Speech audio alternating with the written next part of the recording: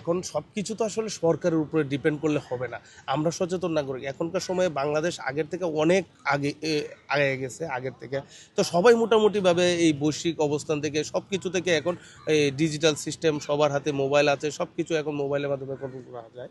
তো তেল শেষ হয়ে গিয়েছে এখানে অতি উৎসাহী কিছু ব্যক্তিদের জন্য, যে আপনার এই যে এখানে তেল শেষ হয়ে গেছে, ইচ্ছা করলে বাসটা সরানোর জন্য যেভাবে হোক চেষ্টা করতে পারতো, কিন্তু তা করে ওনারা ওনাদের মন মতো মানে বসে আছে। তো এটাকে যদি আমি পার্সোনালি গভর্নমেন্টকে আমি দোষ দিই, গভর্নমেন্ট তো বলে না যে তুমি বসে থাকো। এটা পদক্ষেপ ট্রেন আসার আগে অনেক টাইম ছিল, কিন্তু ওনারা আপনার ওইটা করে না। এটা মানে নিজের ইচ্ছা মতো যে যার মতো কিছু বলতে গেলে আবার সমস্যা। সব কিছুতে গভর্নমেন্টকে ইনভলভ করাটা উচিত, আবার গভর্নমেন্টেরও এটা উচিত যে আসলে একটু সব কিছু কঠোর হাতে, যে এখনকার সময় সবাই একটা চিন্তা করে যে বাক স্বাধীনতা, যে হ্যাঁ আমার চলার স্বাধীনতা, সব কিছু স্বাধীনতা আছে, কিন্তু এই দুর্ঘটনা ঘটার পরে দিয়ে কিন্তু এই গভর্নমেন্টের উপরে দায়টা সবাই বর্তায়। এই গভর্নমেন্টের দায়টা আসলে সরানোর জন্য ওনাদেরও আইন শৃঙ্খলাটা একটু কঠোর হাতে দমন করা উচিত বলে আমি মনে করি।